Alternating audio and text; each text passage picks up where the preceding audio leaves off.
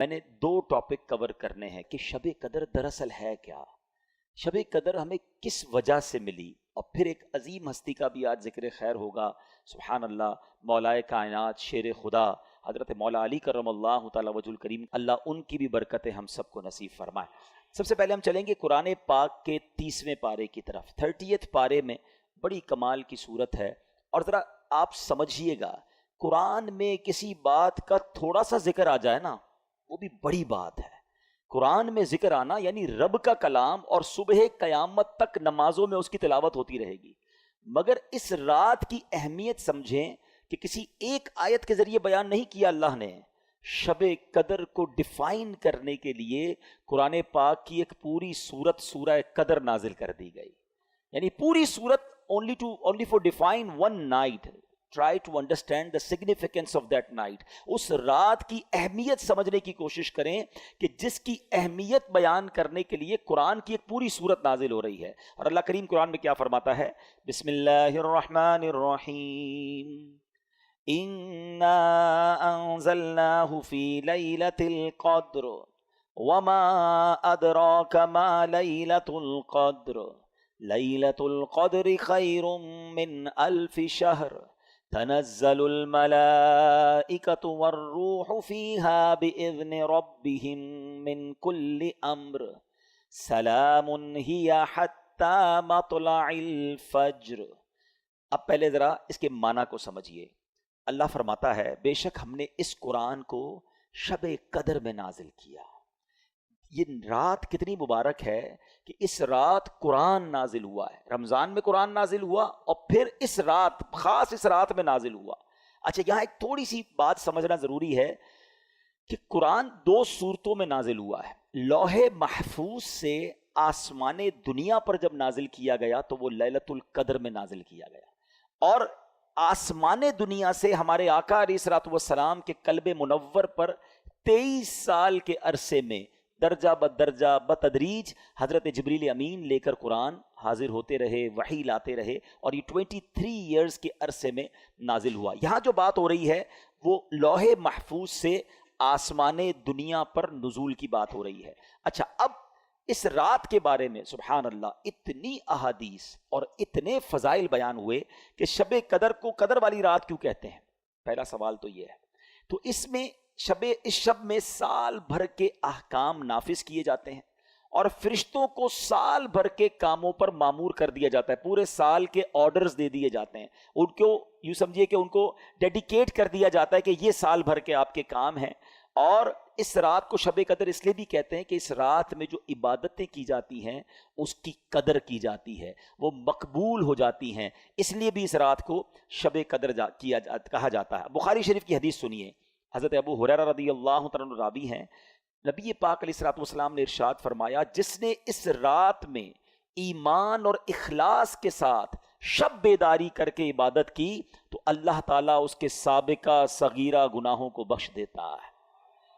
کبیرہ گناہ جو ہوتے ہیں نا وہ توبہ سے معاف ہوتے ہیں. ہم انشاءاللہ توبہ بھی کریں گے، لیکن سارے پچھلے صغیرہ گناہ کس کے معاف ہوتے ہیں؟ جو اس رات شب بیداری کرے اور عبادت میں اس رات کو گزارے. حضرت انس بن مالک رضی اللہ تعالیٰ سے روایت ہے، اور یہ ابن ماجہ کی حدیث ہے، کہ رمضان کا مہینہ آیا تو پیارے آقا علیہ الصلوۃ والسلام نے ارشاد فرمایا، بے شک تمہارے پاس ایک مہینہ آیا ہے، اور اس میں ایک ایسی رات ہے جو 1000 مہینوں سے بہتر ہے.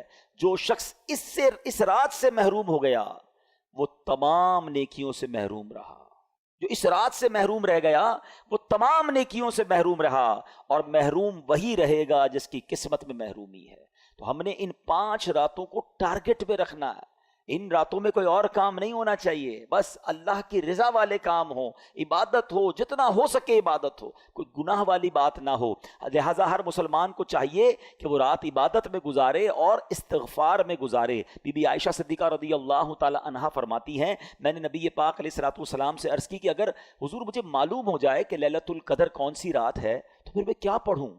تو میرے آقا علیہ الصلوۃ والسلام نے لیلۃ القدر کا ایک وظیفہ عطا فرمایا.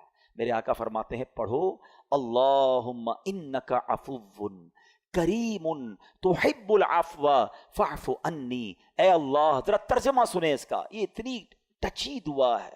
اگر اس کو دل کی گہرائیوں سے پڑھے نا تو آپ کی کیفیت بن جاتی ہے، آپ کی آنکھوں میں آنسو آ جاتے ہیں. اللہم انک عفو، اے اللہ تو معاف کرنے والا ہے، تحب العفو، اللہ تو معافی کو پسند کرتا ہے.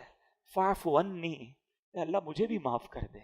پہلے اللہ کو اس کی شان کریمی کا ذکر کر کے عرض کیا جا رہا ہے، اے اللہ تو معاف کرنے والا. اللہم انک عفو کریم تحب العفو، اے اللہ معافی کو تو پسند بھی کرتا ہے. میں بھی تو تیرا سائل ہوں، میں بھی تو گناہ گار ہوں، پھر مجھے بھی تو معاف کر دے. فاعف عنی. آئیے مل کر اس دعا کو 5 راتوں میں کثرت سے پڑھنا ہے، اپنے گناہوں کو یاد کر کے سر جھکا کر شرمندگی کے ساتھ پڑھ لیں. اللہم انک عفو کریم تحب العفو فاعف عنی. اللہم انک عفو کریم تحب العفو فاعف عنی. اللہم انک عفو کریم تحب العفو فاعف عنی. اے میرے میٹھے اسلامی بھائیوں، یہ رات تبدیل ہوتی رہتی ہے. اس رات کے بارے میں بڑے اقوال ہیں. اکثر بڑے علماء کا یہ بھی قول ہے کہ 27ویں شب جو ہے وہ شب قدر ہوتی ہے. کچھ علماء فرماتے ہیں کہ یہ رات بدلتی رہتی ہے. بہرحال ہمیں ان 5 راتوں میں خوب عبادت کرنی ہے، اور اس کے بارے میں اللہ تبارک و تعالیٰ نے اس رات کو پوشیدہ کیوں رکھا ہے. جس طرح دیگر اشیاء کو اللہ کریم نے پوشیدہ رکھا ہے، مثلا اللہ تعالیٰ نے اپنی رضا کو اطاعتوں میں پوشیدہ رکھا ہے. ہمیں نہیں پتہ کون سی نیکی سے رب راضی ہو جائے گا، اس لیے کیا کہا جاتا ہے، چھوٹی نیکی کو بھی نہیں چھوڑنا ہے. کبھی آپ نے سنا ہوگا نا کہ کسی نے کتے کو پانی پلایا، اس کی بخشش کر دی گئی، راستے سے کانٹا ہٹا دیا، اس کی بخشش کر دی گئی. تو چھوٹی نیکی بھی نہیں چھوڑنی ہے، کیونکہ اللہ پاک نے اپنی رضا کو اطاعتوں میں چھپا کر رکھا ہے. ہم نہیں جانتے کس عمل سے اللہ راضی ہو جائے، وہ نقطہ نواز ہے. تو بندہ ہر نیکی کرتا جائے، کیا معلوم اس سے میرا رب راضی ہو جائے. بالکل اسی طرح اللہ تبارک و تعالیٰ نے اپنے غضب کو گناہوں میں چھپا رکھا ہے. ہم نہیں جانتے کون سا گناہ اللہ کے غضب کی باعث بن جائے. بعض اوقات ہمیں لگتا ہے چھوٹا سا گناہ ہے اور وہی رب کی ناراضی کا باعث بن جاتا ہے. تو بندہ اپنے آپ کو گناہوں سے بچاتا رہے.